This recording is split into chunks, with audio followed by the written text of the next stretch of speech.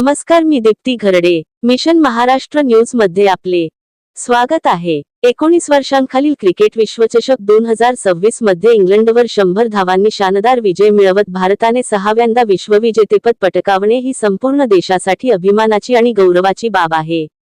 आपल्या तरुण खेळाडूंनी दाखवलेली जिद्द, शिस्त आणि संघभावना ही देशातील युवा पिढीसाठी प्रेरणादायी आहे.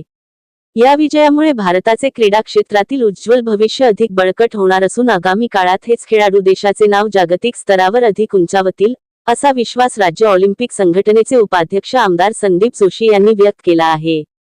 संपूर्ण संघ, प्रशिक्षक आणि सपोर्ट स्टाफ यांचे देखील जोशी यांनी मनःपूर्वक अभिनंदन करून पुढील वाटचालीसाठी शुभेच्छा दिल्या.